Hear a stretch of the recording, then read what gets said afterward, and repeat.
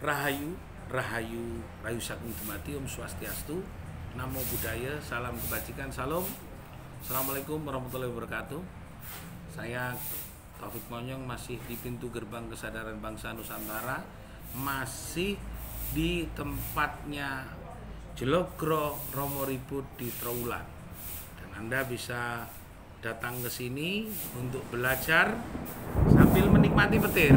Nah, di tempat ini kalau saya nongkrong mesti ada hujan, sajiannya ada kopi, ada rokok plus petir. Jadi saya itu bingung kalau di sini dan selalu mesti ruwet. Karena Ki Ageng Selo mesti campur tangan, lalu juga Ki Ageng Sumber Awan campur tangan, lalu Dewo Bayu juga terlibat campur tangan. Dia nggak setuju kalau Jelogro Romo Ribut ini disaksikan sendiri, jadi alam menyaksikan.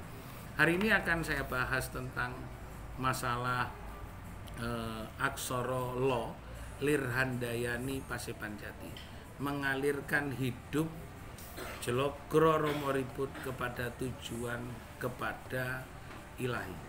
Nah, ada sedikit kontroversi. Apakah Jelogro Romo Ribut mengalami sebuah penolakan atau kontroversi di dalam kehidupan, di keluarga mungkin, lapo Pak kok nutuk watu, atau lingkungan ini kerja liyane po, kerja pegawai bank ta opo, seperti itu. Lalu kenapa mengambil posisi seorang Jelogro? Dan bahkan tadi kelas 6 sudah duduk waktu, apa orang tua dulu ngomong gak ono sing duduk liyane tane enggak. Gimana latar belakang mungkin sampai sekarang ini menuju kemuliaan, kan pasti ada sebuah tantangan dan rintangan. Betul. Alhamdulillah kalau untuk keluarga aman, semua mendukung sampai saat ini. Kalau untuk posisi saya di Pematung atau Jelogro itu sebenarnya kepepet ya Pak. Kok malah kepepet? Karena nggak bisa yang lainnya. Kepepet kok sugih. Nek kepepet iki gak duwe apa-apa, asetnya miliatan nih. Karena nggak bisa yang lainnya. Tapi itu komitmen. Iya. Ya. Untuk lingkungan atau daerah sekitarnya, alhamdulillah juga tidak ada masalah. Kalau suara sumbang pasti ada. Ya. Seperti apa sudah sumbang? Ya, satu misal yang berpandangan miring dengan karya-karya saya, itu kan pasti ada. Ya. Sampean pasti paham lah. Untuk sebuah karya patung itu gimana ya posisi sekarang. Nah, nggak bisa beda dengan lukisan. Ya.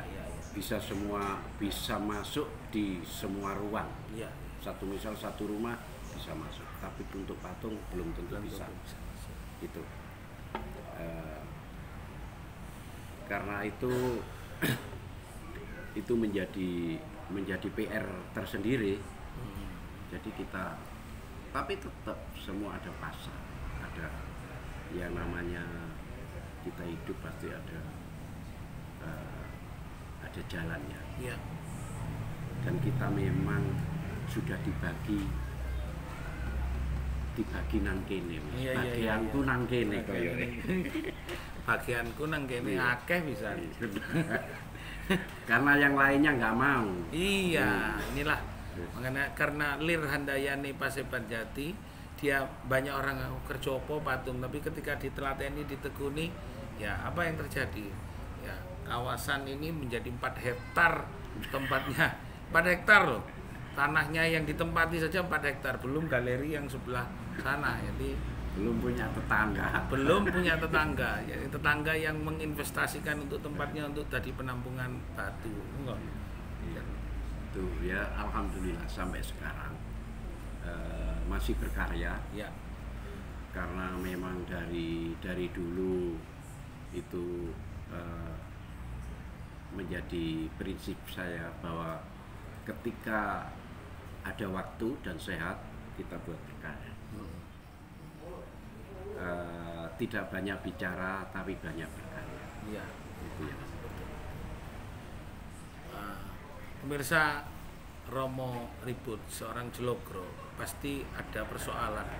Ada nggak orang kampus datang mempersoalkan tentang karya sampean yang mungkin dianggap kurang detail, karya sampean mungkin secara akademik kurang perfeksionis, kurang menyerupai yang sebenarnya, walaupun ternyata banyak yang datang untuk belajar. Ada nggak yang mengkritisi dari tingkatan para profesor, doktor? Pasti ada. Ya namanya sebuah karya itu kan tidak pernah sempurna ya. Ya. Satu orang dengan yang lainnya itu seleranya berbeda-beda. Ya. Itu pasti ada. Datang ke sini untuk mendiskusikan atau gimana? Untuk mendiskusikan atau sebagai masukan. Okay. Saya anggap seperti itu. Ya, ya. Saya anggap sebagai masukan, kritikan, dan itu harus diterima. Ya. Karena kita belum bisa untuk menjadi seniman yang sebenarnya, bahwa kita masih melayani buyer atau konsumen. Jadi belum saatnya nek gelem ya iki karyaku, gak gelem ya wis. Waduh. Belum seperti itu. Belum seperti itu ya. Artinya itulah kesederhanaan yang disampaikan oleh Jelogro Romo Ribut, bahwa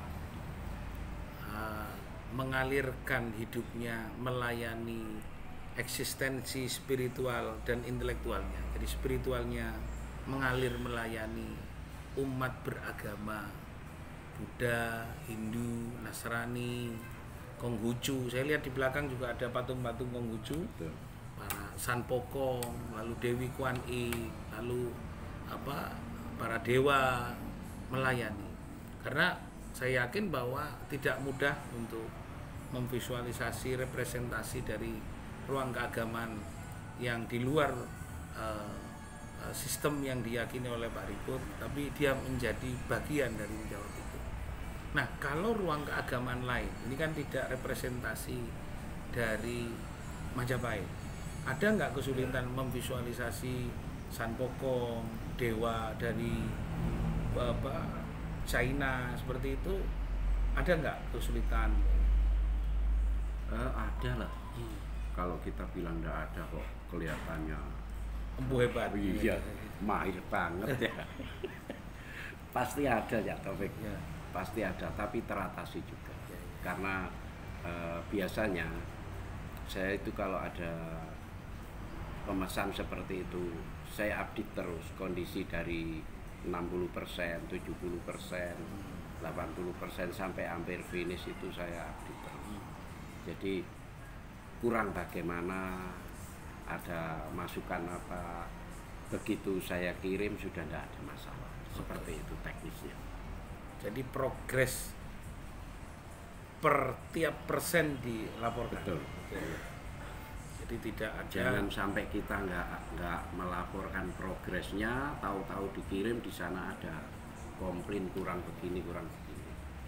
Itulah sosok Jelogro yang jadi ngangsu kaweruh ngunduh pakerti kunjining bumi lembah mana. Ya, karena memang ini Jelogro yang sangat lembah mana. Sabar dan waskito. Jadi ngerti nek wis dikirim iku ya kudu waskito. Barangnya dikirim ya bayaro. Ya enggak ditransfer dhisik. Baik, inilah seorang yang sangat sosok yang sederhana, sosok yang menjadi bagian dari diri saya untuk saya belajar sabarnya, taatnya, totalitasnya di dalam berkarya, menyampaikan nilai tanpa berhenti, mencampakkan batinnya yang buruk, melayani Majapahit, tapi juga melayani yang lain demi keberlangsungan nilai-nilai pengetahuan dan ajaran agama lain dia menerima. Inilah bedanya orang yang fanatik terhadap sesuatu tapi dia tidak seperti itu. Dia mengabaikan semuanya untuk melayani semua makhluk ciptaan Gusti Allah kang akarya jagat. Inilah sifat dari Allah yang sebenarnya. Jelogro Romo Ribut adalah sifat Allah, menerima, melayani, menyampaikan adalah sifat-sifat Gusti kang akarya jagat dengan sabar dan welas asih.